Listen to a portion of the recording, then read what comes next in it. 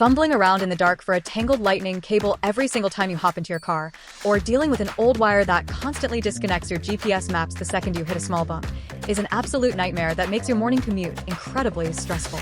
Standard wired setups force you to clutter your dashboard with ugly cords that wear out over time, leaving you stranded without your music, messages, or navigation right when you need them most.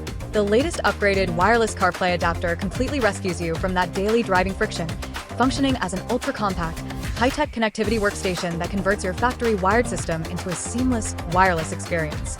Wrapped in a sleek, tiny black chassis that tucks neatly out of sight, this plug-and-play dongle takes less than a minute to set up. You simply plug it into your vehicle's existing CarPlay USB port and pair it via Bluetooth just once. From that moment on, its advanced smart chip technology enables a zero-lag auto-connect feature, meaning your iPhone instantly syncs to your dashboard screen the very second you start your engine, all while keeping your phone tucked safely in your pocket or purse.